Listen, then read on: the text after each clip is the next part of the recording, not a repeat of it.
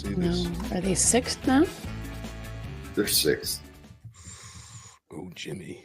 Do I sound okay, guys? Because my earphones were being weird. You Oh sound yeah, very your good. acoustics are phenomenal. Don't worry about it. How many people watching this? Let us know. Do you think Wong has actually got one of those fancy virtual backgrounds? Because let me tell you, he does. Well, sure looks like it. Go run around the room and show us that it's real. I can't because my computer will break, and then you won't have me talking. Actually, maybe that's the best thing. No, you can leave the camera there and just go for a walk. Lifestyles of the rich and famous. Seriously. Well, I have to say Literally. so everyone knows, Wonga has been dating, shall we say? It's more than dating, but dating above his station for some time now. My station. Once again, the caste system in Canada. Yeah. Yeah, what is Tassie doing with you, really? Whatever she wants. He's never been so quiet. That's right. All the 5 years of this podcast. Come on. We know the inherent value of Dan Wong. I'm brilliantly magical. That's all I can say. And delicious. And magically delicious. That's Tassie.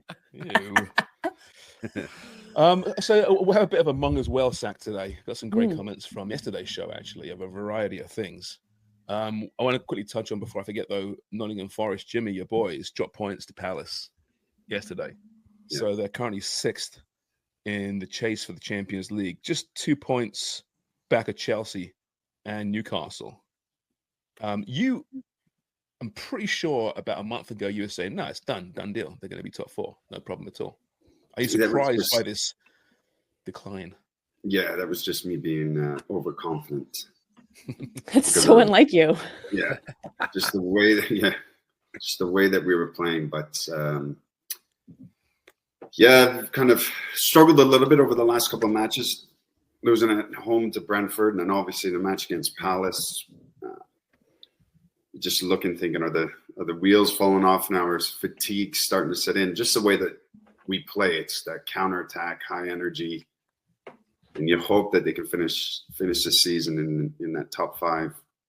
And we got Leicester next, and you're hoping that's a 3-pointer playing against Leicester, which they want to make sure they finish in the top 7 because there's a risk that they could drop out of that.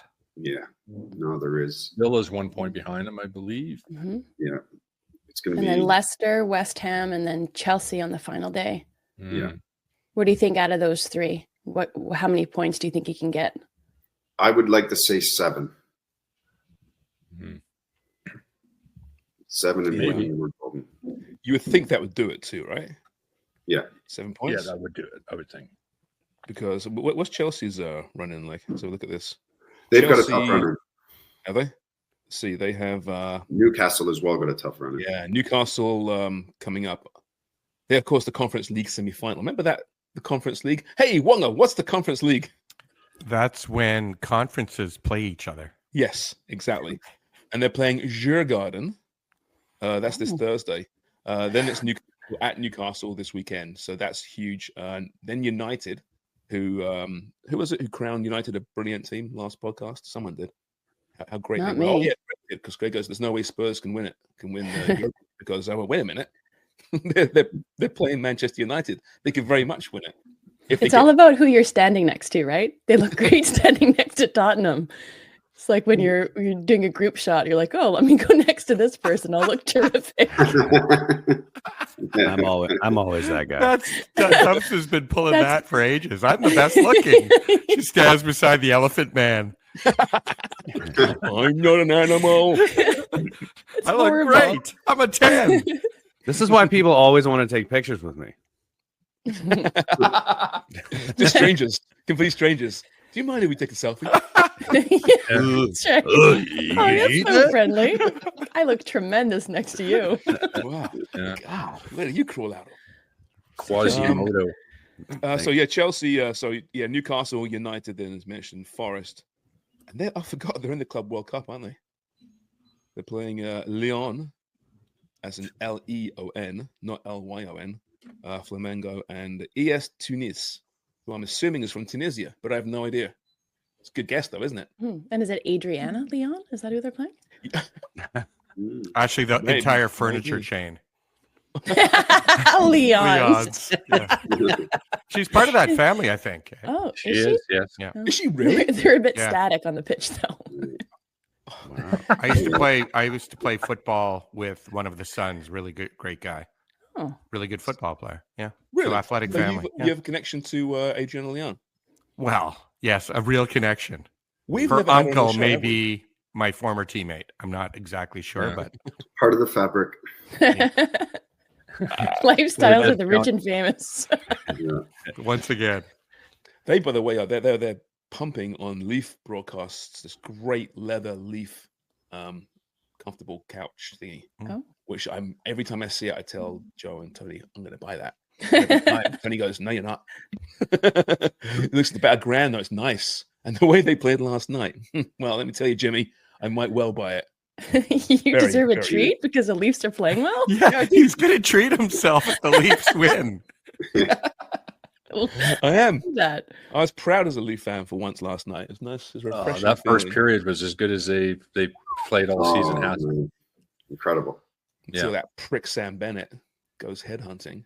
By the way, so Sam Bennett, let's be honest, without doubt, the most evil hockey player to ever, lace a pair of skates. Who was the dirtiest player you played against? It's kind of popped up in my head here. Vinnie Jones. Yeah. Mm. You played during the Vinnie Jones era, right, Craig? Yeah, So he we left saw a the few on highlight. me for sure. Did he? Oh yeah, yeah, Dennis Wise. He was yeah. dirty. Wise, yeah. I see a common frame here. Wimbledon, Mm. right? Duncan Both- Ferguson was both those pretty guys.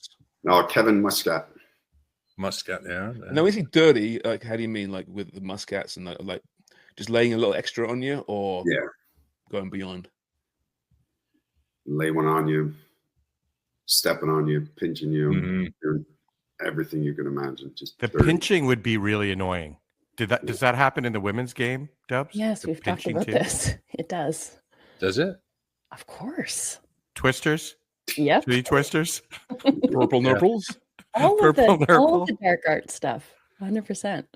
Who was the dirtiest player you played against, Dubs? Or were you that player? Amy Walsh? Yeah. Well, Yeah. I was a little bit more overt about it, but then somebody who one-upped even me, who was just really, she was smaller in stature, almost the way that Diana Matheson could be a lot cheekier with the ref, like just be right in their face because she was so Well, unthreatening. Do you know Not what I in the mean? face, but Yeah, a little Yeah, bit like midsection. chest, yeah, navel. But Kelly Parker, who we played like when I was with the Montreal Extreme and Laval Comet, she played with the Fury, and the Ottawa Fury is a storied franchise in kind of Canadian women's soccer history. Marie-Ève No played there, Rian played there, Dee played there, Kelly Parker, and she played with the national team for a while too. And she was just this great, skilled, tenacious player.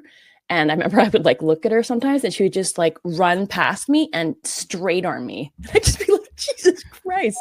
And like stuff on corner kicks as well, where it wouldn't be like the little pinches or like leaving a stud or stepping on your instep when the referee wasn't looking, like things like that. But it was just so out there and so brazen. That's what it was about her, that I respected her more for it because it was just out in the open. And then also my sister, Sarah Walsh, who is a nightmare to play against. really. But that's the point, though. I mean, with the more overt ones, you're right. At least they're owning it and say, "Yeah, I'm going to be a prick to you here," and you got to deal with it, as opposed to the little sneaky bastards Mm-hmm. who maybe come in from behind or lay a little extra when they don't need to. They're the dangerous ones when you don't see it coming, right? Yeah, and also the ones is like Forrest and Jimmy have talked about in CONCACAF. We saw it as well in the women's game where they would be on you, they would be tugging your shirt, they'd be pinching you, they'd be even pulling hair, flicking you, like doing just little stuff to get under your skin. And the minute you would turn and do something really innocuous to them, they would hit the deck and start rolling around. And you'd be like, you motherfucker. Like, Where do they flick you? neck. Oh, Nape neck. No nipples. But also like pulling, like tugging, like just over your waistband, like right there, like that hurts, or ass, like all that stuff. Just grabbing fistfuls of something, and it was usually material, but it also was skin sometimes. This sounds like, sorry, as a new dad, this sounds like life now. Charlie's always just like grabbing my facial hair or like scraping my face. Sorry, I had to throw that in there. And the most ridiculous grip ever, right? Like once babies have your hair or a necklace, thumbs up, or a necklace or something that they're not meant to have, never let go. It's like the tightest grip you've ever seen. Well, what JC's learning now, having been a dad for a few months, is that the truth is babies are actually assholes. Dicks. Right? Because they do whatever the hell they want. They don't understand that. Actually, they do understand. They just don't care. Good-natured assholes. Yeah, They'll we do it love with them. a smile, right? Lovable assholes. Kind of like they're us. Kind of like Footy Prime. A new line for us: the lovable assholes. We'll say terrible things, and then we'll just smile, and people will forgive us. Usually. Oh no! Yes. LU, she won't forgive, or he won't forgive Dubs. Dubs, cut the F-bombs. You don't need to do it. You're too classy with a great vocabulary. However, Jerry Parker responds, F-bomb away. You see, Jerry. You can't satisfy everyone. That's simple. But please, Dubs, try and control the language. It's uncomfortable. Fuck you, Sharms. You're killing our algorithm. Well, I just think good vocabulary or not, I think a good swear word can really punctuate and drive home a point. And maybe I'm sometimes too liberal with them. I think when you're enthusiastic, you're who you are. Yeah, but when I'm talking about a goal, I think they were referring to like me describing the Montreal Roses game or whatever it was, whatever they're referring to. I think it adds to it, or at least I'm enthusiastic. I'm excited to be talking about it, and it just comes out. I'm not going to apologize for it. And why am I being targeted for the F-bombs? That's my point, because I don't think you nobody else more swears. than Craig or me. No.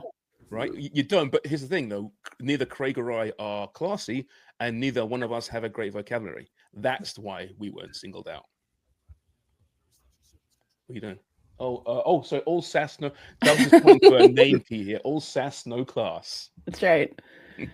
No, all ass, no class. More like, eh? That's like you, Sharms. You're all ass. I'm all ass.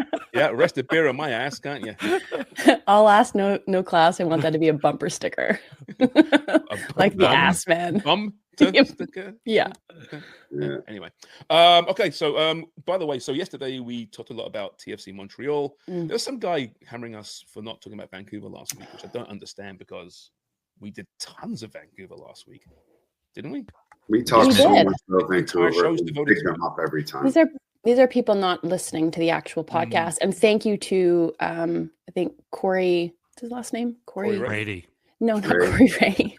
No, Corey Brady. Corey Brady. Yeah. Yes, Jimmy. Long thank time, you. friend of the And I said Brady friend of too. the show. Sorry, Wonger. I ignored you because of your Thank opulent background. You are an asshole. A lovable one, but an asshole nonetheless. And somebody else came to our defense to say, did you actually listen to the podcast? Because they did touch on this subject, but they went in depth on a bunch of other things too. So thank you. But so after we recorded, MLSC, Keith Pelly in particular, wrote an email to all season ticket holders, basically saying, we apologize. We know how bad the team is. We promised this. We haven't come through yet. Be patient, please. And he refers to the fan unrest at the game this past weekend where banners were removed and an entire fan group left the stadium. So, it's kind of your typical corporate email with a signature, actual signature on the bottom. So it sounds really personal. And everyone feels, I can't believe Keith Pelly actually emailed me personally. That's great. Hey, Sharp, before you go, one of the words that stuck out for you, because you actually dropped it in, was the word respect. We respect. And I think that triggered you a little bit because what you said in the dark web was, I don't think he really does. No, I don't think MLSC does. Fans, when you remove banners, which weren't, I don't think they were too aggressive, the banners. I mean, my God, we see so much worse in professional soccer, which doesn't condone this necessarily. But from what I saw from the banners, they weren't too egregious. They were passionate and fueled with anger. And I don't think I've seen the fan base as angry as this for a long time, maybe since post the Aaron Winter era. They were pretty angry, I think. Were they not? Was that the There's some protests around that time, I think, when the Craig.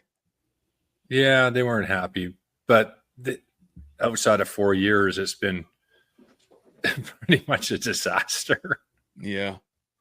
Well, my mate Scott, he's been a season ticket holder since day one, and he's a huge sports fan, maybe the biggest sports fan I know. He loves all sports, and he knows them all very, very well. Travels around the world to watch sports, and he's been a day oneer at TFC, and he actually responded to Keith Pelly. I said, "Can I read this email out?" And he goes, "Yeah, sure." And I think it's pretty bang on. Actually, it's very well said, but it's an indictment of where the club's at right now, because Scott's a well-spoken guy. He's educated. He's not a moron, just angry. He actually has patience and understands how sports clubs and teams work. He goes, management, as a day one member supporter, it is sad to see the current state of the club. 4 winning seasons going into our 18th year indicates just how many times from different people we've heard this message over the years, and how many times the follow-through of management's vision has failed. What's extremely unfortunate now is that BMO Field is not even a place fans can try to get through a game by drowning our sorrows. The club should be more embarrassed by what you charge for a beer than the actual play on the field, and that says a lot, because the quality of play is absolutely atrocious. If I could recommend anything, it would be to fans that do show up to support the team. I haven't bought a beer in the stadium in 5 years because it makes me want to vomit every time I see the price. Yet it just keeps increasing. FFS, it's just beer, not an elixir of the gods, which isn't true, Scotty, and you damn well know that it is. Which is sad, because it used to be an enjoyable way to spend an afternoon and have a couple of beers with friends. Bear with me. Okay. Oh, for God's sakes. He didn't send the full thing. Oh, here we go. Okay. Unfortunately, this is shaping up to be my last year as a season ticket member. Ooh.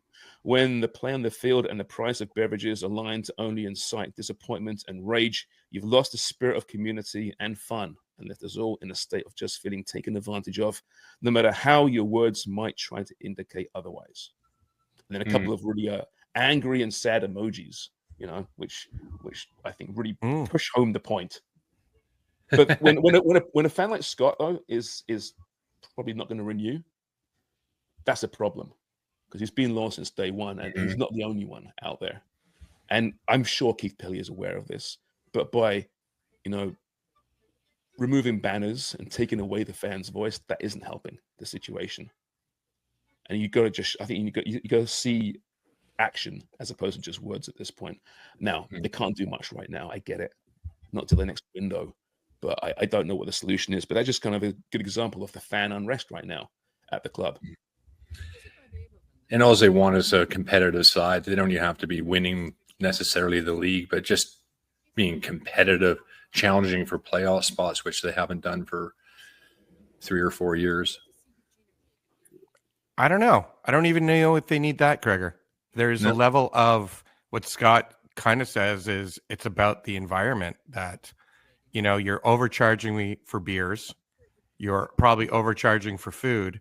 If the event is still fun and the community can still get together, we'll be okay with, even less than competitive, but you're breaking our soul and the spirit of it. And that's what I probably would agree with most.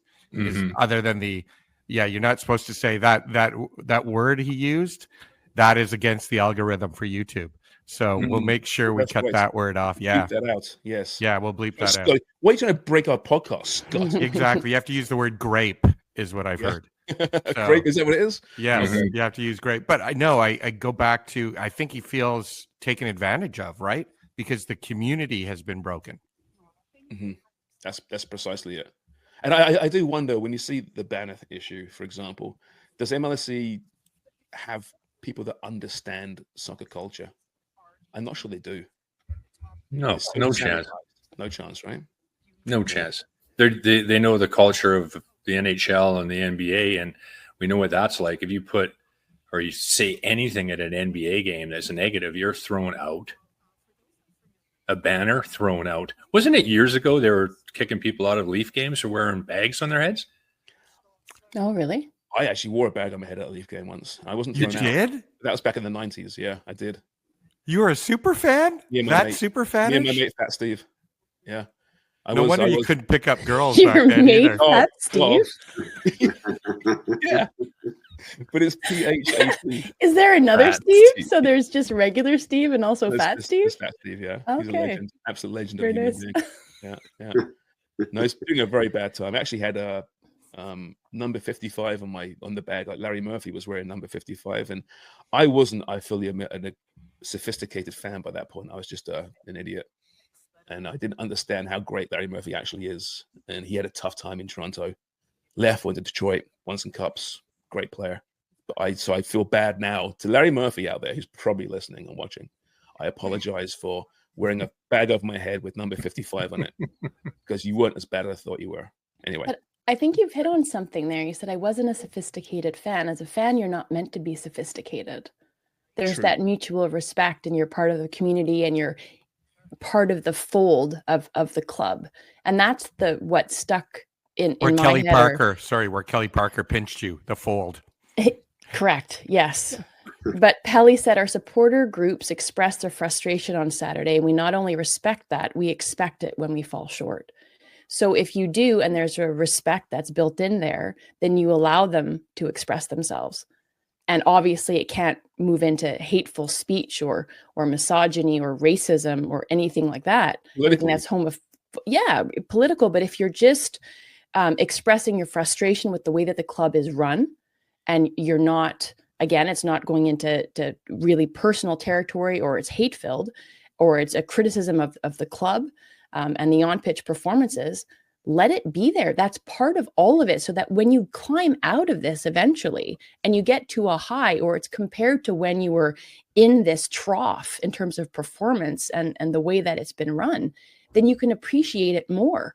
But if you wipe it away as if it doesn't exist, you not only insult the fans, but you don't appreciate the high nearly as much. Yeah, well said. Michael Hull commented on our YouTube channel. Meanwhile, in Europe, the players' answer to the Ultras about crap performances, I guess it's different to franchise teams here in North America.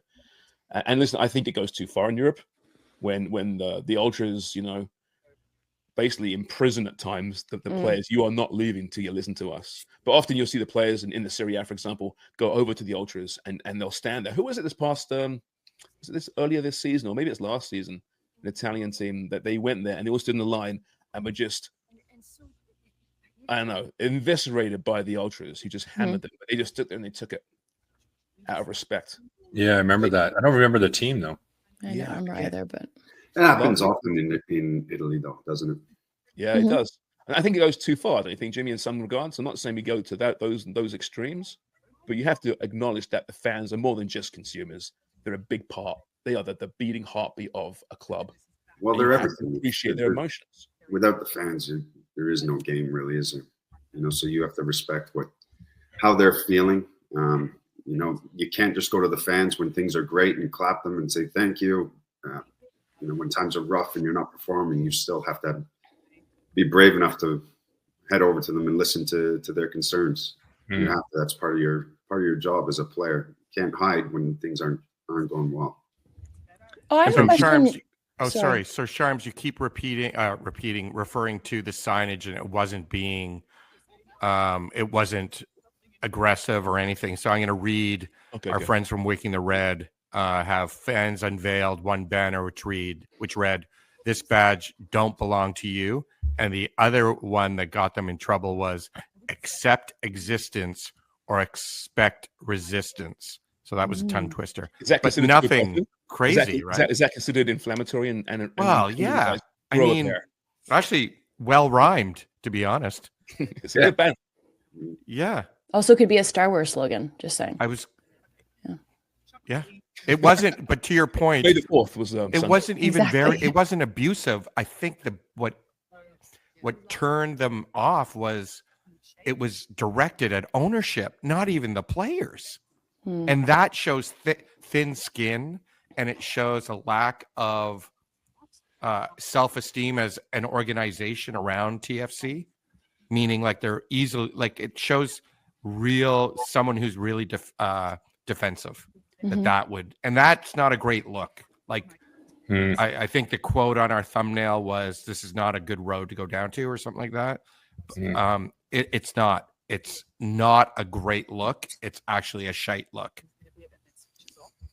It's not a good precedent. What I was going to say is Jimmy and Forrest, your time spent in England, and Forrest, I think you joked about it. You're saying like banners that said "Forrest, you suck" and things like that, which obviously never happened. But what would be the reaction from the players, other organizations, if a certain leadership and front office took umbrage at signage that was respectful but critical of the way that they'd been doing business, and then removed the banners or removed the people who had put them up there? Like, what would be the reaction kind of in-house, both within the club, in the Premier League or in the championship?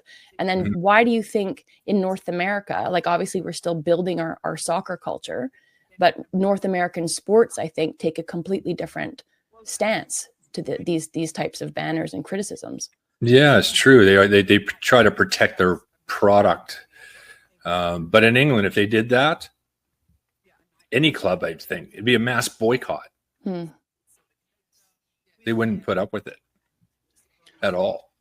You see that, Craig, a lot more in the lower leagues in England as well. Like, fans won't show up. They'll storm the offices of the director, for example. In the Prem, it's not quite so much because there is more consumers as opposed to fans, right? You have 60,000 fans at a stadium in the Prem. They're not all hardcore fans. There's a lot of tourists who aren't going to, make the same noise, perhaps, as the lower divisions. You see it now and again, but not too often. Whereas over here, I think you said it, Wong, how thin the skin is, and that is exactly what it is. TFC's always had an incredibly thin skin. But what I will say is, though, that it's been bad before, and they did turn it around. They did figure it out, and they became a model club for MLS. So what was that year? You referred to the manager and the timing. When was that? When was that, Jimmy? When was Aaron Vinter? Aaron Vinter 13? 14? Yeah, I think it was around that time. Yeah. Roundabout. And it wasn't a lovely guy, Aaron Vinter. It didn't work out. But then they brought in not Tom Anselmi. He was there for years. Tim Lewicki. Oh, Lewicki came in. Right. And that's when they turned the corner. Well, they did on the Raptors too. It took a while. Yeah. And Leafs too, right? Yeah. Look at the success ever since. Yeah. But he came in with a tornado and said, "Why can't we be great?" Threw money at Jermaine Defoe, and it didn't work out. But they pivoted straight away, and they built from it. And we had Ryan Nelson actually on Jimmy's old boss a few weeks ago. We should repost that. Really good interview talking about those times just before then, and how the club was run and how frustrating Ryan Nelson found it. And I'm sure Jimmy did too at the time. But they did figure it out, and for a few years there, and it was just a few years, things were going really, really well. And MLS were like championing TFC. This is how you run a top club. That's right. And properly, and they won a championship.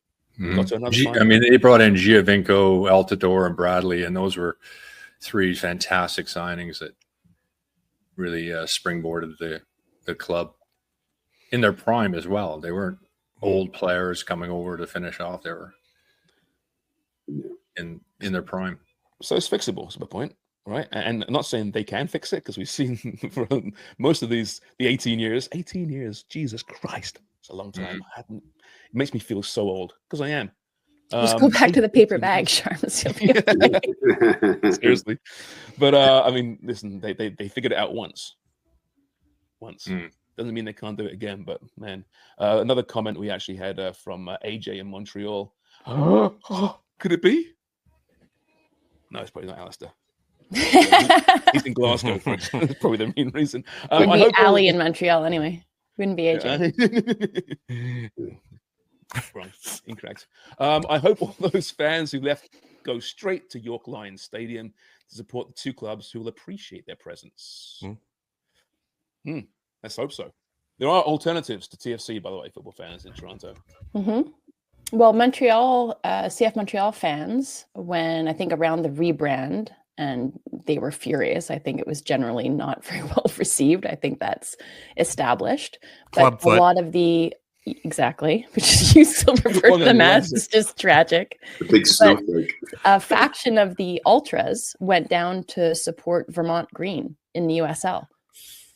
Wow. So I mean, I'm sure that's not the first story of that happening, and fans just getting up, being sick of the way that things are running or the on-pitch performances, and saying we've had it, and then just jumping on a different bandwagon. But I wanted to ask you guys, and I'm going to bring it back to this macro look. Like, do you think that there's a level of, not only from TFC, but in North American sport, that there's almost a level of condescension towards the fan if you view them simply as consumers? Yes. It's an innocence from ownership, a lack of sophistication, who don't understand the culture and the fabric of soccer, which is different to every other sport. You can't just come in and Americanize it and say, oh, that's going to work, franchise boys and girls. No, there's so much more to soccer. It kind of works, doesn't it? It has worked quite a bit overseas over the years. Pretty big sport, I think it's fair to say. And they try and just come in and just sanitize it and do it this way is not going to work, I don't think. Shows how juvenile we are as a soccer nation, I think, probably. It's true. I also think if you were to compare it, for me, what the passion and the loyalty of people who follow clubs, it reminds me of, if I have any comparison, is Canadian national teams. I Craig and I bonded on Canada basketball, playing in the CONCACAF championship in 2002 or 2000, going to matches or going to games to watch on TV. Like, I'll watch anything if the Canadian flag, the maple leaf is attached to it. And I think that's the level of kind of not just passion, but enthusiasm. And I'm here until it ends. And if you don't understand that, MLSC, you're misunderstanding football and soccer across the board. Well, yeah. And as fans, I mean, Keith Pelley's obviously sent this out because the crowd's getting smaller and smaller and people are getting more fed up. So he's tried to use this letter as a bit of damage control, that we're on this.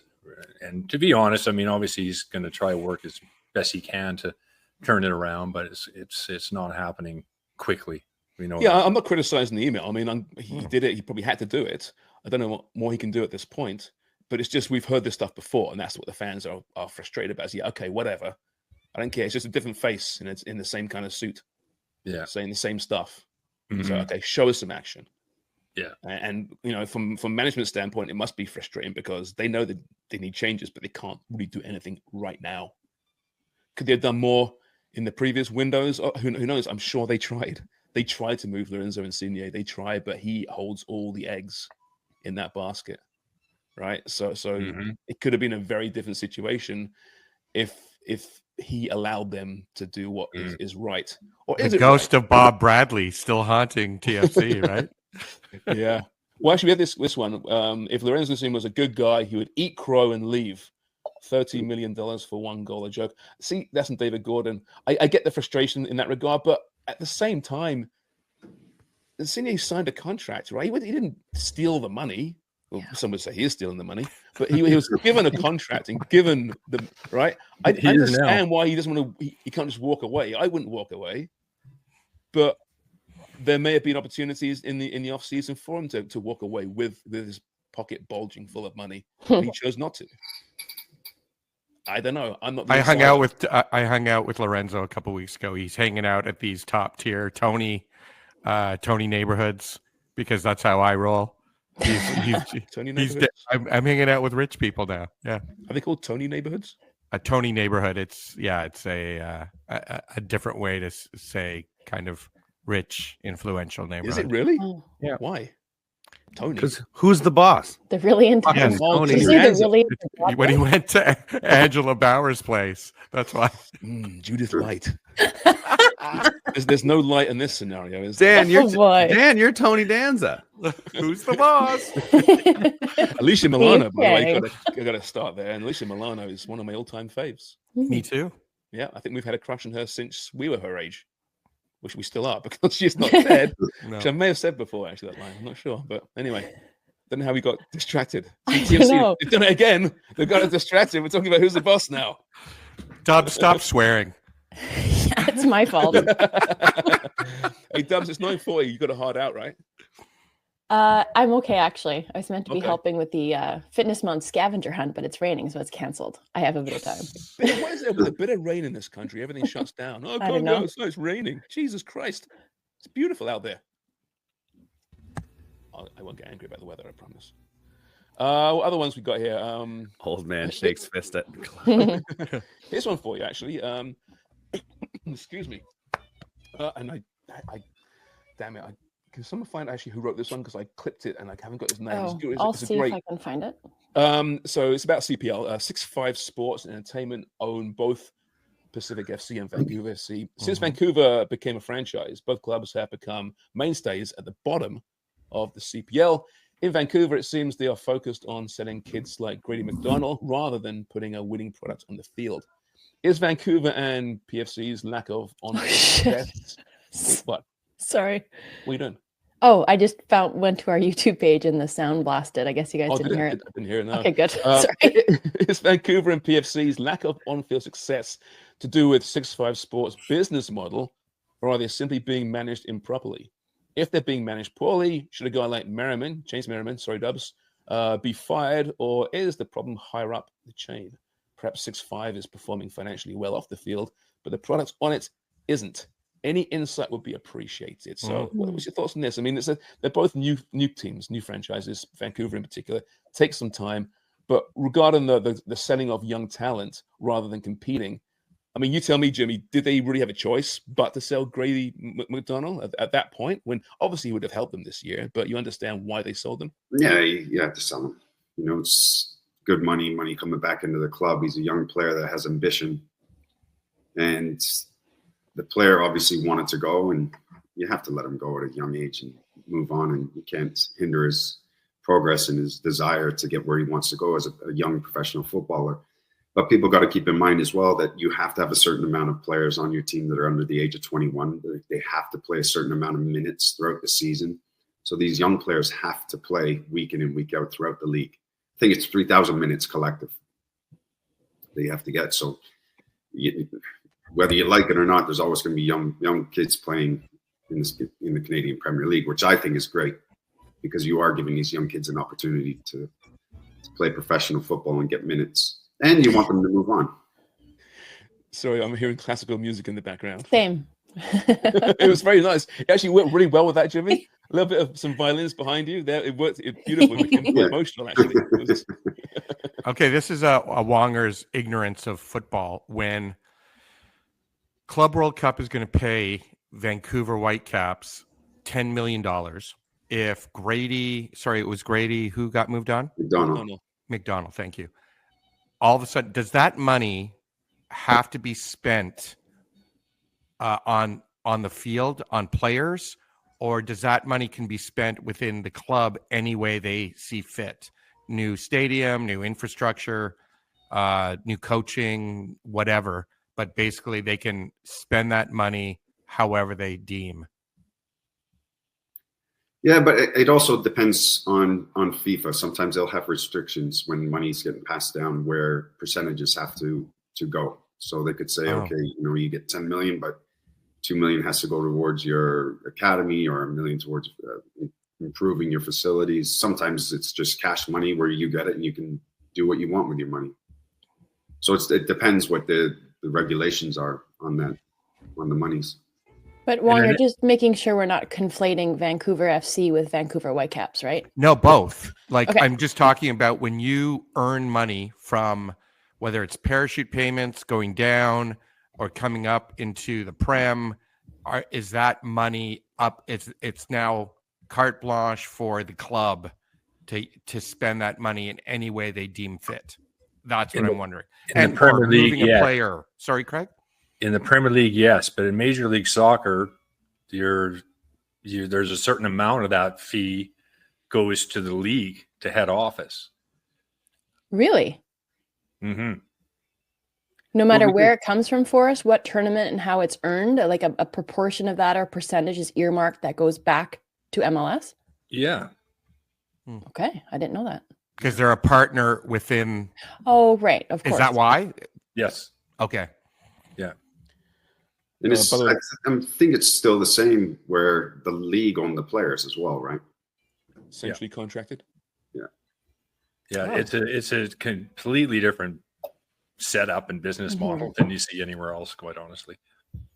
It's still, I mean, mentioned the Vancouver and Pacific. It is a weird thing having the same ownership group. And I know they've discussed it and talked about it. And I don't see that being the case for the long term. At some point, there must be a separation.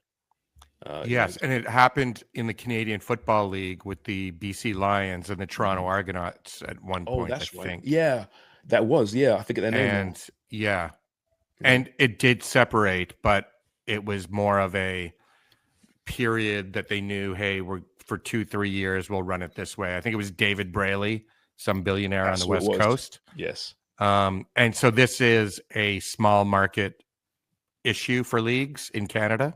We're small markets, even though enthusiastic and love the sports, but we're a country of 40 million. We have an ample amount of sports options, and that's why we have these multi-use fields, right? Mm-hmm. That was Michael Hull, by the way. Michael Hull. Okay, Michael Hull. It's a really great question. He always has. And he's a frequent commenter. Yeah, actually, I've got another one. Michael's angry about CPL because I've got another one from him, I just realized, about Valour. Sorry, Dubs, do you want to jump in before I get to this one? No, I was just going to say, is it Rob Friend who's involved in that ownership group? Yeah. So with the tour being so successful in Kelowna, is that not where he's from? So do you see him divesting himself from that ownership group to perhaps if Kelowna is handed an expansion franchise to start one there? Is that how that conflict of interest is solved? Maybe, but let's not forget as well, when Major League Soccer started, Lamar Hunt had 3 or 4 teams, whatever it was, to start the league off.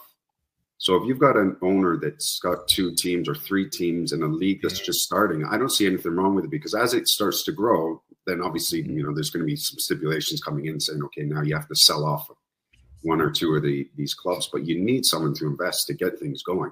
Yeah, they just come choose, right? Then not a problem for me, because at least they're willing to put the money up. Yeah, I think they've done a good job so far, keeping them so separate. Yeah. Right. And I mean, listen, the teams haven't been successful. I get that. But I think they've done a pretty good job. But Michael Hull's also angry about Valour.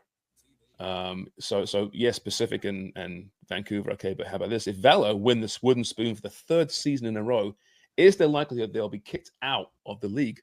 Poor performance on the field, poor crowd attendance. Only plus is they're owned by the Blue Bombers, and I'm guessing they have some deep pockets. The commissioner said all 3 of those points were the reason FC Edmonton were kicked out.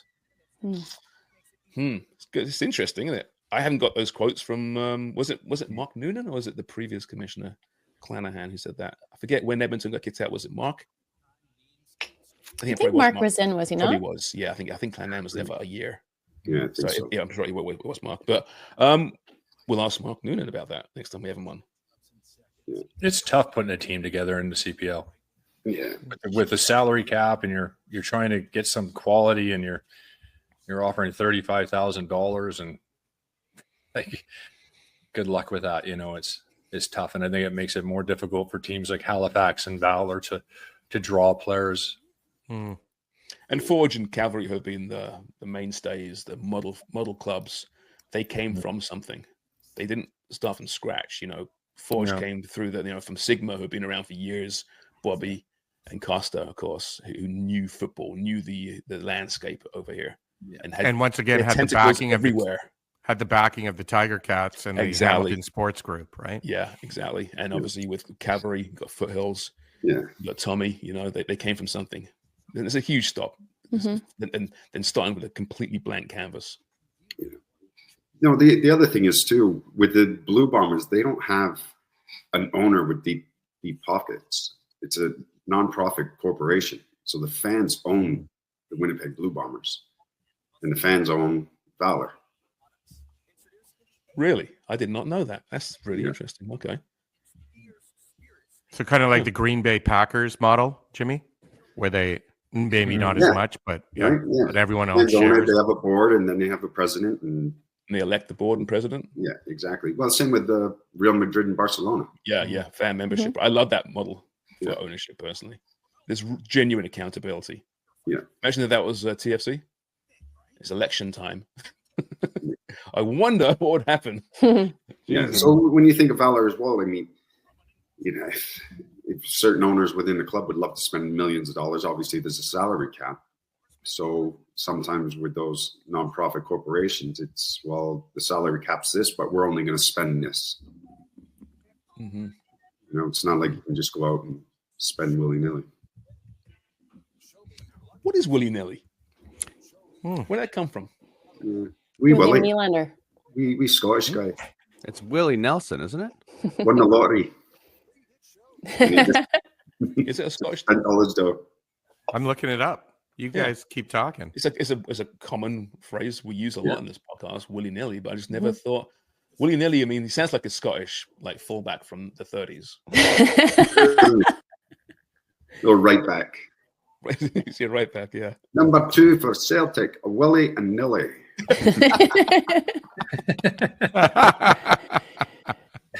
But it's funny that it means kind of that you do so cavalierly, but in soccer, nil is akin to 0, right? So maybe he's a goalkeeper. Maybe, yeah. Oh, that willy-nilly. Yeah, all that willy-nilly. Or maybe Willie wasn't the best striker. Yeah, that's Yeah, right. so- that as well. Again, no goals. Willy-nilly is early 17th century English, later spelling will I, nil I am willing, I am unwilling. There you go. Oh. Yeah. So it's like yin and yang kind of thing. Willy-nilly.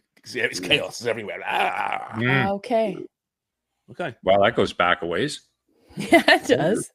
JC, remember we were talking about the shorts, the funny parts, the little clips? Boom, there it is.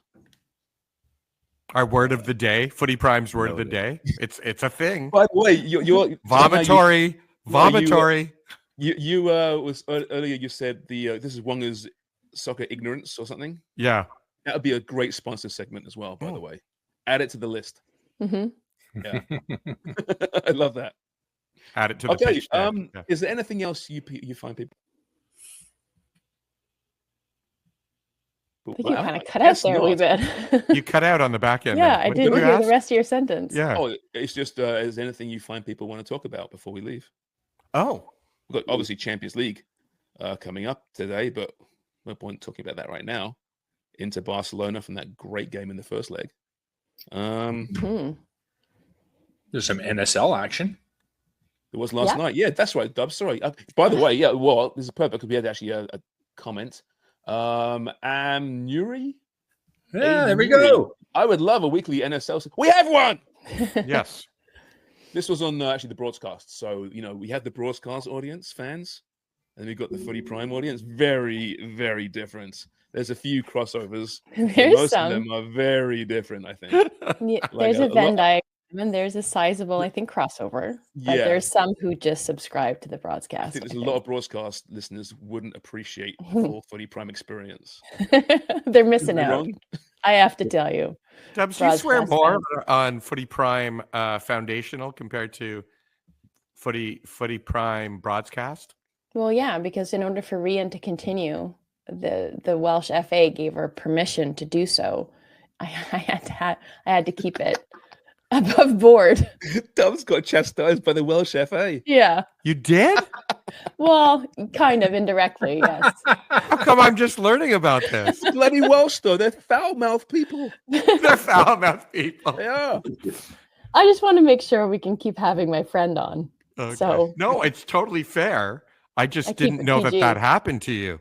So for the so for the Welsh FA, you will curtail your swearing, but there's been other companies in the past who you've refused to curtail your swearing for, hasn't it, Dubs? Yeah, it's interesting. I think it's because it's to do with the presence of somebody that I really love and appreciate their insight, and I want to continue having them on. So it's more than just me. But if there's somebody trying to tell me how to conduct myself, I'm like, fuck no. That's why you always want to be on this show too. This is a opportunity for you to share fully, where you have to be a little more edited and censor yourself on Footy Prime, the broadcast. Yeah, because I don't know about you guys, but I have friends who will say like effing and friggin' and, you know, like they will have words that aren't swear words that are just peppered into the regular speech. I can't do that. And so like I find myself hesitating and I'll say like the occasional effing, or I don't even say freaking. Like I just don't say that type of thing, but I will use it occasionally on the broadcast in order to punctuate something effectively, but it doesn't sound right. It doesn't. No, Did you ever get the bar of soap in the mouth when you were a kid? I did. I got a lot of slaps. It happened to me twice. What? Not just once, but twice. Really? Good old late 70s, early 80s abuse, eh? Did he turn blind? No. The Christmas what? Christmas story. Oh, yeah. It turns blind, remember? And there's That's the right. family, oh no. He comes in like years later with the white stick. And he's was from the poisoning from the wash my mouth out with soap. It's a classic moment of the Christmas story. So perplexed. I know the Christmas story, but I forget that part of it. Yeah, remember he drops a F-bomb when fudge. yeah, his But I dad's didn't changed say fire. fudge. Yeah. And then he tells the mom and they all freak out. And I just remember him beating up the ginger bully. That was violence. It was inappropriate. And I was deeply, it triggered me. You'll shoot your eye out, right? Yeah. Shoot your eye out. It triggered me, upset me that they wouldn't allow that nowadays in a movie. So, yeah, Jimmy, you're not a big fan of the frig and the frick. You just say the word or the F, right? If Yeah, I'll say it conversation. sometimes, yeah. You will say that, will you? Do you swear in front of your parents? In front of my parents? Any of you? I don't actually. Very. I do. My dad, I will. My dad, I used to, and then my mother, no. Yeah, she'll give us a slap still. Yeah, I won't swear. I tell her you can't do that anymore, Ma, and she'll just do it anyways. Actually, I'll swear in front of my mother-in-law, no problem at all. Oh. She's got a terrible mouth on her. Okay, so she takes the lead. Yeah, she does. See. Yeah. That's important, though. She's setting the tone, right? Yeah, she is. Respect. And you're leaning into it because you're like, I want her to like me. Yeah, exactly. Then I go too far and it's really awkward and uncomfortable. Okay, so I guess that's probably about it. Yeah? That'll do you? That'll hold you for another 24 hours? Oh, we need a promo, though. You do? Sharm's landed a big Thursday interview. Oh, yeah. Oh, yeah. That's right. I always. Why don't you do a little bragging for us? No, but do we forget? It? I always worry about announcing it and then it doesn't happen because it'll happen. And if it doesn't, then we'll call them out. Like that's the great thing. Exactly. That I don't think we cover the Whitecaps enough, even though we have Asa Rahman on every single week pretty much and talk about them all the time. And no team actually so far this season has taken up more minutes on our show than the Whitecaps. But we promised last week we'll make the phone call, and we did. And we have Jesper Sorensen on Thursdays. Well, Thursday's Footy Prime, but it won't air till later. It's not till the afternoon, the record. So it will drop later on Thursday. But yeah, Jesper Sorensen. So any questions you have for the Great Dane, as we'll call him. Hey, look at you already did it. No more Peter Schmeichel. It's Jesper Sorensen. Right. About football in general with the Whitecaps, we got him for about 15, 20 minutes. And I really look forward to that interview. So let us know what you want us to ask him. Maybe we'll have a getting to know you, Wonga. Yeah, I would love that. I would love to throw some hot tea questions at him. Find out all about the greatest Dane. Because we don't know a lot about him, do we? No, we don't know anything about him. No. Yeah. Wonga, the greatest Dane, that's going to be one of the questions. I bet it's Peter Schmeichel. Oh. Or Jan Molby. Jan Molby, that's who it is. The Loudra brothers. Loudra brothers, yeah. Michael and Brian. Yeah. Not bad. Who are the okay, let's go around the table. Who's the greatest Dane? Dubs, do you have time to think about this? Or Hamlet. Was he Danish? Yeah. Yeah. I was going to say Marmaduke. That's brilliant. Well done. I was going to say Scooby-Doo. That's it is. Okay, Jimmy, who's the greatest Dane? I'm going to say Schmeichel. I like Schmeichel. Okay, Craig? Brian Laudrup. What a player. What a Euro that was. I'm going to say, here's one, John Dahl Tomasen. No one knows who that is. It's not that guy. It's the guy, the world's strongest man, isn't it? Oh, Sigmason. I know the guy you're talking about. John Paul Sigmarsson. Yeah, John Paul Sigmarsson, and he Massive died. traps. Yeah. Enormous traps. Is he Danish? Giant ball I think things. so. Or Norwegian. It's the same thing. No, I think he was Danish. Or Icelandic? He may have been Icelandic, Yeah. actually. No. We're wrong, probably. We're just being offensive. We are. We'll ask him, is Denmark in Scandinavia? Or is Oh my not? God. It's one of those countries. I'm not quite sure if it is or isn't. It's a How good ignorant do we question. sound right now? We sound really ignorant, don't we? Yeah. We do. You should Yeah. stop talking. Yeah, we should stop talking. We should have stopped talking about 10 minutes ago, probably. So let's stop talking. Craig's FM radio does not want to stop talking. Is that it? We're done? That's We're done. Cheers for listening and watching.